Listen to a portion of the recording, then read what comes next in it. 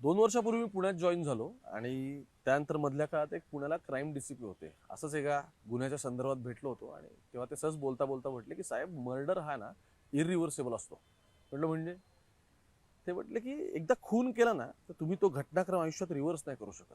आणि तिथे सगळ्यात मोठा प्रॉब्लेम तयार होतो की त्याचं इन्व्हेस्टिगेशन होतं, गोष्टी पुढे जातात, पण ज्याच्या घरातला माणूस जातो ना त्या माणसाच्या ह्याच्यात आणखी ती गोष्ट पुढे नेण्याची एक अशी ज्याला आपण म्हणतो की चिंगारी पेटते आणि ते पेटल्यानंतर त्याचं रूपांतर कधी वणव्यात होईल आणि जी इरिव्हर्सिबल गोष्ट आहे ती तिथून पुढे नक्की कोणत्या ह्याच्यावर जाईल हे काही सांगता येत नाही.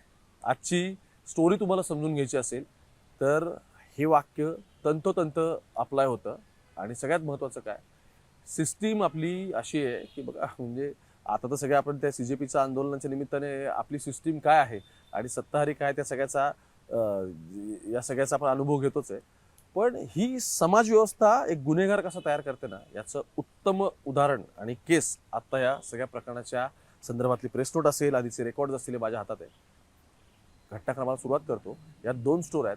पण ज्यावेळी आत्ता गेल्या मागच्या आठवड्यामध्ये जेव्हा पुण्यातल्या कात्रज बोगद्याच्या पुढे एका ठिकाणी मर्डर झाला, 28 वार केले ज्याला मारलं त्याच्यावरती, आणि त्यामध्ये जे 4 आरोपी अटक केले तर त्यातल्या एका आरोपीकडे इंट्रोगेशन दरम्यान अशी माहिती निघाली आणि मग पोलिसांना कळलं की या सगळ्याची सुरुवात खरं तर 2003ला झाली होती.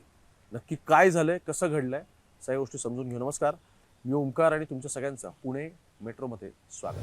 आत्ता घटनाक्रम काय ते आधी समजून घेऊ, मग तुम्हाला नक्की यातली या समाजव्यवस्थेने गुन्हेगार कसे जन्माला घातलेत या सगळ्या गोष्टी कळतील. आणि मी आत्ताच डिस्क्लेमर देतो, मला संबंधित आरोपी संदर्भात काहीही सिंपती नाही. त्याने कायदा मोडला, एकाचा मर्डर केला, त्यामुळे त्याला हवी ती शिक्षा झालीच पाहिजे. सुरुवात करतो.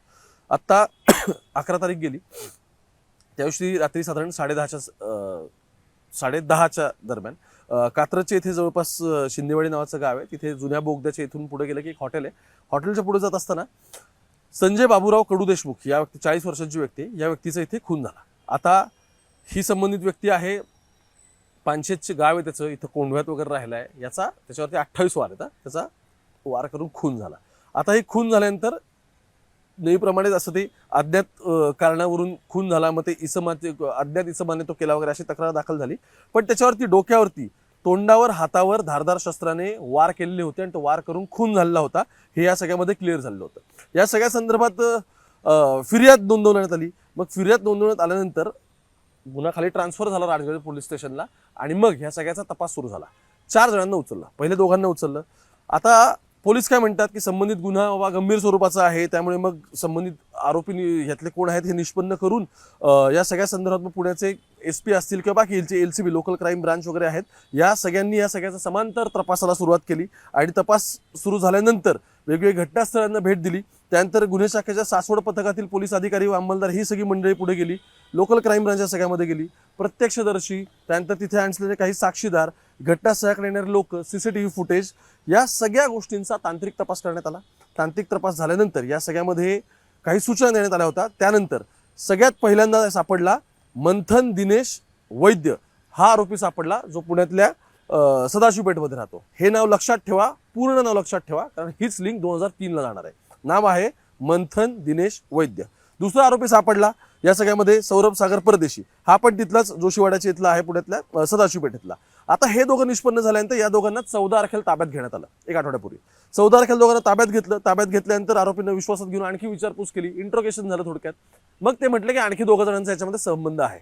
मग आणखी 2 जण सहभाग कोण आहे त्याच्यामध्ये, मग मिझान गजुद्दीन शेख जो पर्वतीजवळ राहतो त्याला पोलिसांनी ताब्यात घेतलं आणि संदीप बाबूलाल कोरी याला पण पोलिसांनी स्वारगेटच्या इथला याला ताब्यात घेतलं. चौघांनी गुन्ह्याची कबुली दिली, सांगितलं की आम्ही वार केले आणि याला मारून टाकलं. पण मारलं का, कारण काय नक्की या सगळ्याच होतं, काय आर्थिक व्यवहार होता का, काय होता, काय नाही, हे तपासात निष्पन्न करताना सगळ्यात आधी कशाने मारलं, की हत्यारं होती ज्यांनी त्यांनी वार केले ती केली, आणि यांच्याकडे पिस्तल पण सापडलं. पण इंटरेस्टिंगली गोळी फायर झालेली अजून तरी दिसत नाहीये. पण यस, देशी बनावटीचं पिस्तूल या सगळ्यामध्ये रिकव्हरीमध्ये सापडलं. आणि इथून हा तपास गेला सन 2003 पर्यंत.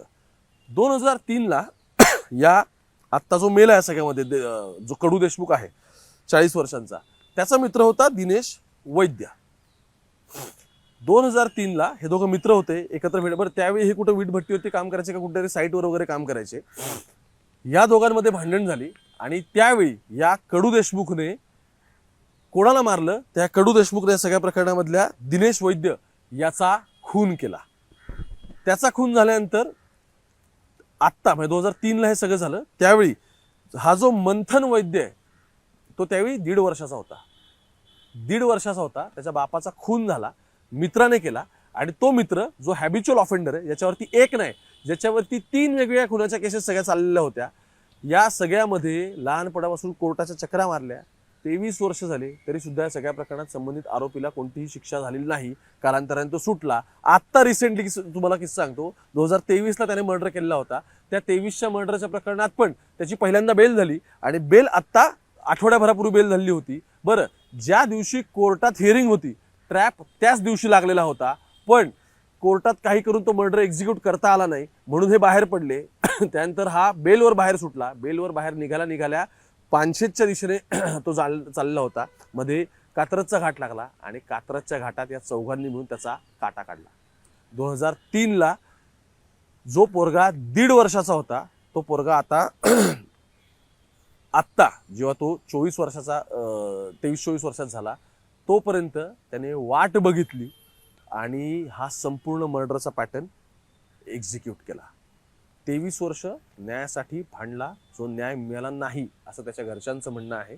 आणि मुद्दा काय तर ज्याला मारलं त्याच्यावरती 3 मर्डर केस होत्या. पहिल्याच्या बापाची, त्यानंतर आणखी एक केस लागली. आत्ता 2023ला एक केस लागली. त्या केसमध्ये त्याचा बेल झालेला होता आणि बेल झाल्यानंतर कोर्टातच डाव ठरलेला होता, पण तो नंतर एक्झिक्यूट करण्यात आला. आणि त्यानंतर दिसलं की इंट्रोगेशनमध्ये या मंथन दिनेश वैद्यने सांगितलं की 2003मध्ये दिनेश वैद्य या माझ्या वडिलांना यानेच मारलेलं होतं आणि हा जो संजय बाबूराव कडू देशमुख आहे त्याचाच बदला घेण्यासाठी आम्ही इतके वर्ष थांबलो होतो. मी इतके वर्ष या सगळ्याचं प्लॅनिंग करत होतो. वेगवेगळ्या वेळी मी वेगवेगळ्या लोकांना भेटलो हेही त्यांनी सांगितलेलं आहे. आणि महत्त्वाचं काय तर या सगळ्यातले आता जर गुन्हे आपण काढले तर तुम्हाला कळेल की जेव्हा ह्या रेकॉर्ड्स काढले आता ह्या संजय हा जो आहे संजय बाबूराव कडू देशमुख ज्याला मारलं त्याने 2007ला त्याच्यावरती गुन्हा आहे, 2008ला गुन्हा दिसतोय, 11चा गुन्हा आहे, खडकी पोलीस स्टेशन हवेलीमध्ये 2 गुन्हे आहेत, पिंपरी पोलीस ठाण्यात त्याच्यावरती गुन्हा दाखल आहे. बरं, हा तर 2008चा पण 2007चा तर आणखी एक 302 आहे, म्हणजे आणखी दुसरा मर्डरचं या सगळ्यामधलं प्रकरण आहे. इतकंच नाही, वेल्हा पोलीस ठाण्यात त्याच्यावरती आणखी एक गुन्हा दाखल झालेला आहे 2022ला. त्या प्रकरणामध्ये आता त्याची बेल होती. खडकी पोलीस स्टेशनला आणखी 2 गुन्हे दाखल आहेत. विश्रामबाग पोलीस ठाण्यात सुद्धा आणखी एक त्याच्यावरती गुन्हा दाखल आहे. असे इतके सगळे गंभीर स्वरूपाचे गुन्हे याच्यावरती दाखल होते, ज्याचा बदला मंथन दिनेश हा जो याच्यामध्ये आहे वैद्य याने घेतला. का तर जेव्हा तो 1.5 वर्षाचा होता तेव्हा त्याच्या बापाचा मर्डर झालेला होता आणि त्याचा बदला आत्ता 28 वार करून घेतला. 28 वार. त्या बाकीचे सुद्धा जे आरोपी या सगळ्या प्रकरणातले आता उचललेत तर त्या मंथनचे जे मित्र आहेत ते सुद्धा सगळे गुन्हेगार आहेत. सगळ्यांवरती बरं रेकॉर्डवरचे गुन्हेगार आहेत सगळ्यांवरती. स्वारगेटवरती एकावरती 4 गुन्हे दाखल आहेत. त्यातला जो कोरी आहे तो 4 नाही 6 गुन्हे दाखल आहेत स्वारगेटमध्ये. यातला जो कोरी गुन्हे गेला तो आणखी एक 30 वर्षांचा पोरगा याच्यामध्ये त्याच्यावरती 4 गुन्हे वेगवेगळ्या ठिकाणचे दाखल आहेत.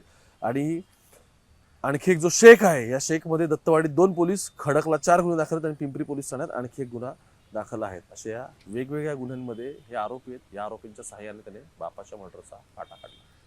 मी सुरुवातीलाच म्हटलं होतं 23 वर्ष वडिलांच्या त्यांच्या वडिलांच्या खुनाचा न्याय मिळावा म्हणून तो थांबला होता आणि शेवटी त्याने वडिलांच्या मारेकऱ्याला संपवलं. परत शेवट हेच सांगतो, मला शून्य सहानुभूती अशा माणसांबद्दल, पण मुद्दा असा आहे की न्यायाच्यासाठी तो जो भांडत होता तो न्याय न मिळाल्याने त्याने हे कृत्य केलं असं आता त्याच्या कुटुंबियांच्या सगळ्यामध्ये म्हणणं आहे.